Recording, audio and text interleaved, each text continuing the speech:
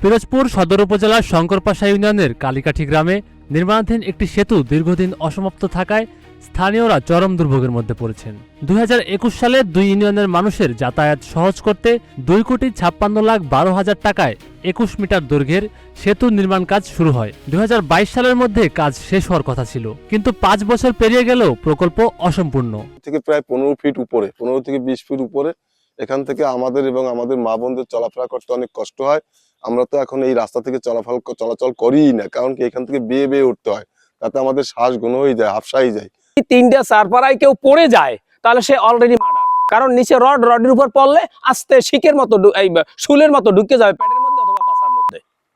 ঠিক আছে, এখন ব্রিজটা করা আমাদের একান্ত দরকার, নাইলে যে কোনো মহিলারা এবং বৃদ্ধ লোক আর পারাইতেই পারে না। আমরা মসজিদে যাই নামাজ পড়তে, আমাদের থোড়া টোরা ব্যথা হয়ে যায়, আমরা একটু বয়স্ক আছি। ঠিকাদারি প্রতিষ্ঠান মেসার্স মহিউদ্দিন আহমেদ সেতুর প্রায় ৭০% কাজ শেষ করেছে। তবে ২০২৪ সালের ৫ আগস্টের পর কাজ বন্ধ হয়ে যায় এবং এরপর আর কোনো কর্মী উপস্থিত হয়নি। তাই স্থানীয়রা নিজ উদ্যোগে কাঠের অস্থায়ী সিঁড়ি ব্যবহার করে পারাপার করছেন। সিঁড়িগুলো অত্যন্ত ঝুঁকিপূর্ণ, যা শিশু, নারী ও বৃদ্ধদের জন্য বিপজ্জনক। নামতে আমার বাচ্চা চিক মারছে যে আমি পরে যাব, আমাকে কোলে নাও। তা আমি তো লই নামতে আমি নিজেই হাফসাই গেছি। এই ব্রিজটা তো অনেক বছর ধরে হয়েছে, কিন্তু কমপ্লিট হয় নাই এখন পর্যন্ত, রাস্তাঘাটগুলো ভালো হয় না। বছর ধরে এরকম পড়ে আছে, এদিকে সাধারণ মানুষের যাতায়াতে খুব অসুবিধা হচ্ছে, যে তারা এই ব্রিজটা সম্পূর্ণ করে যেতে পারে নাই এবং সবকিছু আত্মসাৎ করছে। টাকা আত্মসাৎ করার কারণে এই ফেলাই যে জনগণের ভোগান্তি বাড়তে আছে। এখান থেকে নামাজ পড়ে মুসল্লি অন্তপক্ষে ১০০ মুসল্লি যায় মসজিদ নামাজ পড়ে, তারা খুব কষ্টের কারণে সকালবেলা যেতে পারে না।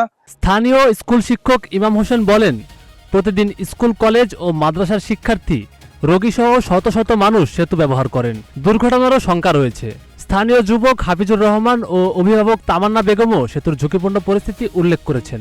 পিরোজপুর এলজিডির জ্যেষ্ঠ সহকারী প্রকৌশলী লায়লা মিথুন জানান, ঠিকাদারি প্রতিষ্ঠানের কার্যাদেশ বাতিলের আবেদন জেলা নির্বাহী প্রকৌশলীর কাছে করা হয়েছে। ঊর্ধ্বতন কর্তৃপক্ষের নির্দেশনা অনুযায়ী পরবর্তী পদক্ষেপ গ্রহণ করা হবে।